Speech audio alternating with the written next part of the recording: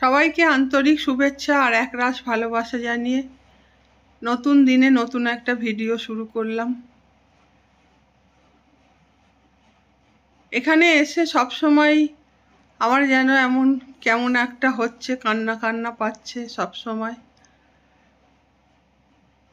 আসলে ওখানে 9 মাস গেছি শান্তিনিকেতনে, 7 মাসই কাজ হয়েছে মিস্ত্রির। এই 1-1.5 মাস একটু মিস্ত্রি আসা বন্ধ হয়েছিল। আসলে আমি বাবুয়ের বাবাকে বলেছিলাম দোতলাটা করার দরকার নেই, কিন্তু ও যেহেতু আমাদের নিয়ে যাবে আর ও প্রচণ্ড কেয়ারি একটা মানুষ, প্রচণ্ড সব দিকে নজর রাখে আমাদের যাতে অসুবিধে না হয়। শুধু আমাদের বলেই নয়, প্রত্যেকটা মানুষের সঙ্গে ওর একই ব্যবহার। তো আমরা যাব, আর শান্তিনিকেতনের আবহাওয়াটা এমনই। ওখানে সাপের বলতে রাসেল ভাইপার, যেটা চন্দ্রবোরা সাপ, মারাত্মক বিষাক্ত, ওই সাপের থাকার জন্য একদম যোগ্য জায়গা ওটা। দুবার দেখাও গেছে। একবার যখন ওই বজরা বাড়িটা যখন ভিত খুঁড়ছে, আমাদের যে কন্ট্রাক্টর ছিল সেই বজরা বাড়িরও কন্ট্রাক্টর ছিল। ও ছবি তুলে তুলে দেখাতো, তখন আমাদের বাড়িটা শুরু হয়নি। ওখানে একটা বিশাল বড় পাওয়া গেছিল। আবার এই আমাদের দোতলাটা যখন হচ্ছে তখন আবার একটা বেরিয়েছিল। তো গ্রামের বাড়িতে থাকবো, ভয় টয় পাবো সাপ দেখলে, কখন কি হবে না হবে, সেই কারণেই দোতলাটা শুরু করেছিল। আর ও যখন করবে একদম সমস্ত কিছু নিখুঁত করে, ওই বাড়িতে কোনো কিছু অসুবিধে নেই। আর আমি যেহেতু গাছ করি, গাছ করতে ভালোবাসি, জল কল নিচের ওই বাগানেই তো মনে হয় 6-7টা কল লাগিয়েছে, আবার ছাদেও তাই। তারপরে সিঁড়ি, ইলেকট্রিক, সমস্ত কিছু করতে করতে অনেক সময় লেগে গেছিল। এই বাড়িটাও, সোদপুরের বাড়িটাও ঠিক তাই, কোনো জায়গায় কোনো অসুবিধা নেই। তারপরে তো এই সবে মিস্ত্রির কাজ শেষ হলো, একটু একটু করে গোছাচ্ছিলাম। তারপরে তো এখানে চলে এলাম, অসুবিধা হলো। আসলে বাড়িটা আমাদের সোদপুরে আছে বলে আমরা চলে আসতে পারলাম। যদি আমাদের ওই একটাই বাড়ি হতো তাহলে তো আর আমরা চলে আসতে পারতাম না। যত অসুবিধেই হোক ওখানেই হয়তো থেকে যেতে হতো, কিন্তু আমাদের সুবিধা আছে, অকারণে অসুবিধা ফিল করে কোনো লাভ নেই। আর দুর্গাপুরেও ও সার্ভিসে যায়। এখান থেকেও দুর্গাপুর যাওয়াটা খুব বিশেষ টাফ নয়, ওখান থেকে সময়টা একটু কম লাগে, কিন্তু ভেতর ভেতর গ্রামের রাস্তা দিয়ে যেতে হয়।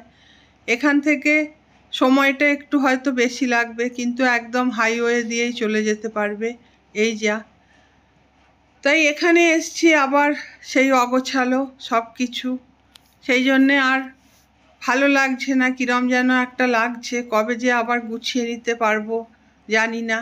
আর থাকতে গেলে যেখানেই থাকি না কেন সব কিছুই দরকার লাগবে, সব কিছুই গোছাতে হবে, সে যেখানে যতদিনই থাকি। সংসার মানেই তাই।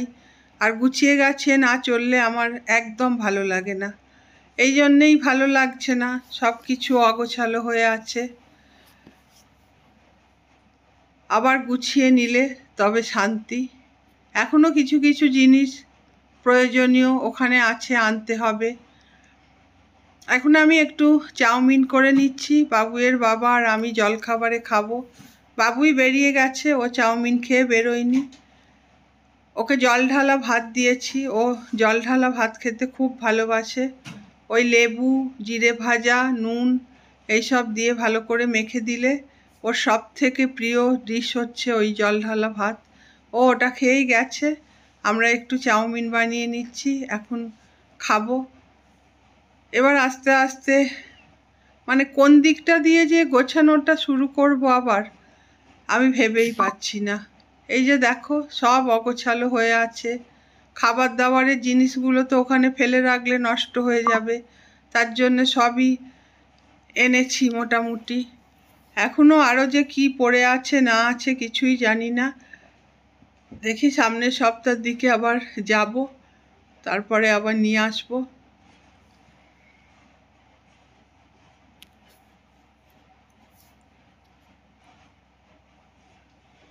এখন আমি বাবুয়ের বাবাকে খাবারটা দিয়ে দেব, তারপরে আমিও খেয়ে নেব। আর তোমাদের তো তাড়াহুড়োতে দেখানোই হয়নি কার্শিয়াং থেকে আমি কি কি কিনেছি। খুব বেশি কিছু ওখানে অবশ্য পাওয়া যায় না, ওই ডাউহিলেই একটু যা দু একটা জিনিস ছিল, বাদবাকি সব এনজিপিতে এসে খুব একটা বেশি কিছু কিনিনি, তাও একটা দুটো জিনিস কিনেছি, ওগুলো তোমাদের দেখাবো। আর ইনি তো বাড়িতে এখন অফিস করছেন, ওই সপ্তাহে একদিন কি দুদিন বেরোবে।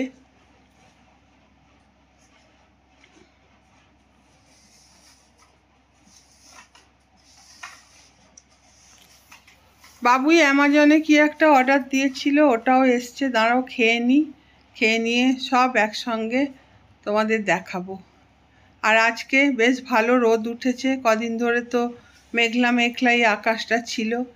আর সত্যি কথা কি, এত ভালো ওয়েদার যাচ্ছে, এরপরে কি হবে জানি না। এখনো পর্যন্ত তো খুব আরামে কাটালাম। এপ্রিল মাসেও যে এখানে এরকম ওয়েদার থাকতে পারে এটা তো মানে ভাবারও বাইরে, কিন্তু এবারে খুব ভালো ওয়েদার আছে।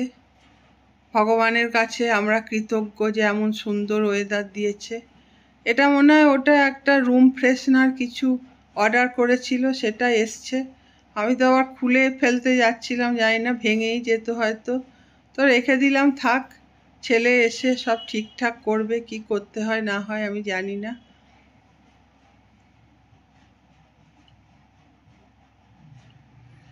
এরপর কার্শিয়াং থেকে যেগুলো এনেছি, কার্শিয়াং থেকে না, এনজিপি থেকে আর কার্শিয়াং থেকে। কালিম্পংয়েও যখন গেছিলাম কিছুই কিনতে পারিনি, সবই এ থেকে কিনেছি।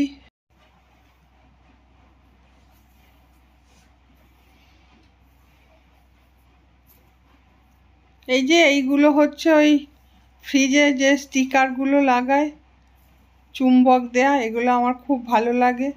এগুলো কটা এইগুলোই ডাউহিল থেকে কিনেছি, তারপরে এনজিপিতে এসে দেখি এগুলো সবই এনজিপিতেই বিক্রি হচ্ছে।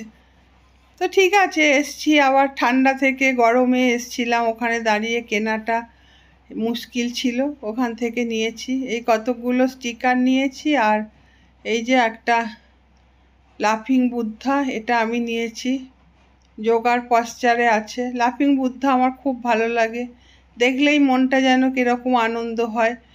যা কিছু আনন্দের জিনিস সেগুলো আমি দেখতে চাই, আর যেগুলোতে নেগেটিভিটি ভরা সেই রকম মানুষ সেরকম জিনিস সব কিছু আমার থেকে দূরে থাক, এটাই আমি পছন্দ করি। এই যে এগুলো সব নিয়েছি আমি।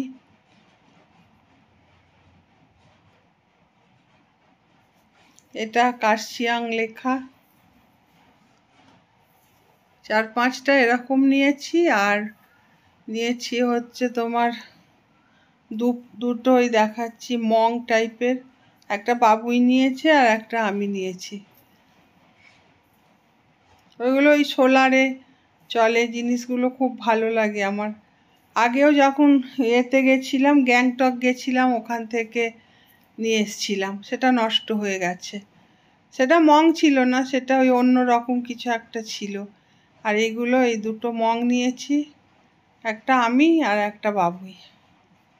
বাবুই ওর কম্পিউটারের টেবিলে রাখবে। দেখো কি সুন্দর ঘাড় নাচছে টুং টুং করে, দেখলেই মনটা ভালো হয়ে যায়।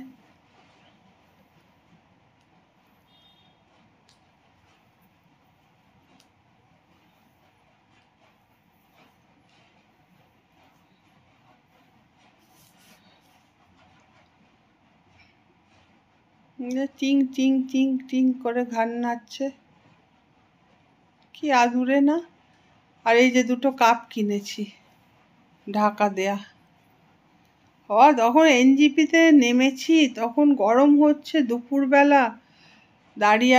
আর একটা ছাতাও এনেছিলাম, সেটা আর তোমাদের দেখানো হলো না। ঠিক আছে, পরে এক সময় দেখিয়ে দেবো।